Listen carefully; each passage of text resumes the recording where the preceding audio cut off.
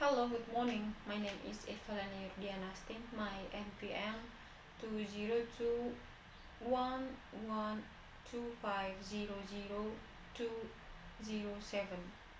Okay, now I would like read words of pronunciation from a text. Okay, from interview. Today I'm going to talk to two young people who are both doing the voluntary work in the sports sector. First, there Liam Parker, who is a keen BMX biker and does a lot of work at Sports Center. And then there's Debbie Sanford, who has volunteered to help with many different sports and who now has a paid job with a sports organization. So, so Liam, to tell us a bit about the place you work, it sounds really interesting. Liam, yes, it's really cool. Basically, it's a hug space where lots of sports and culture events take place. It used to be a shipbuilding hangar, but the company went bust years ago.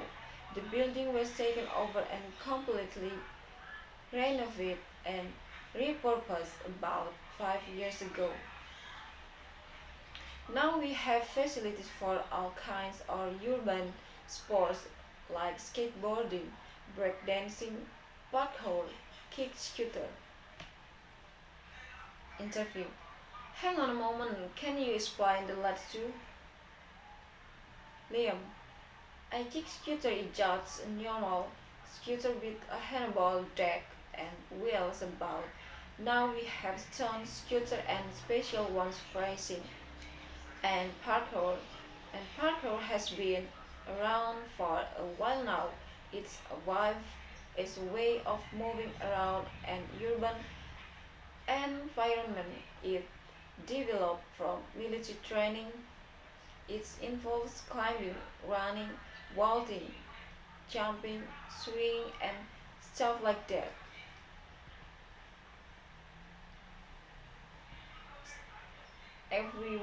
Everyone's seen it on TV and videos. People jumping off unscrapably high building between force and things.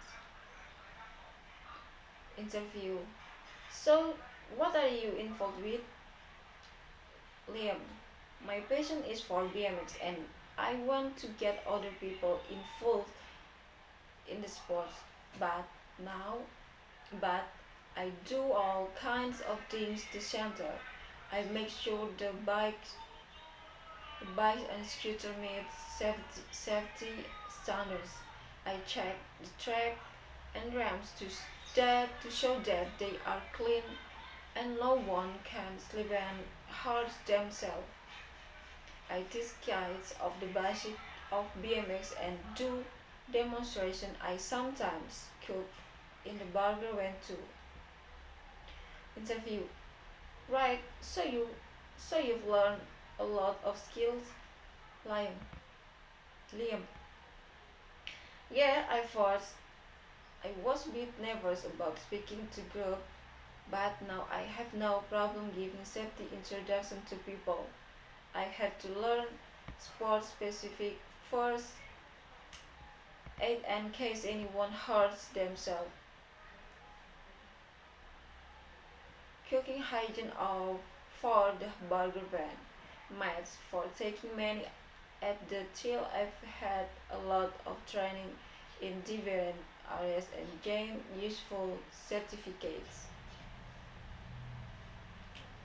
Interview. Thank you, Liam. And now our other guest has made jump from voluntary work to paid work.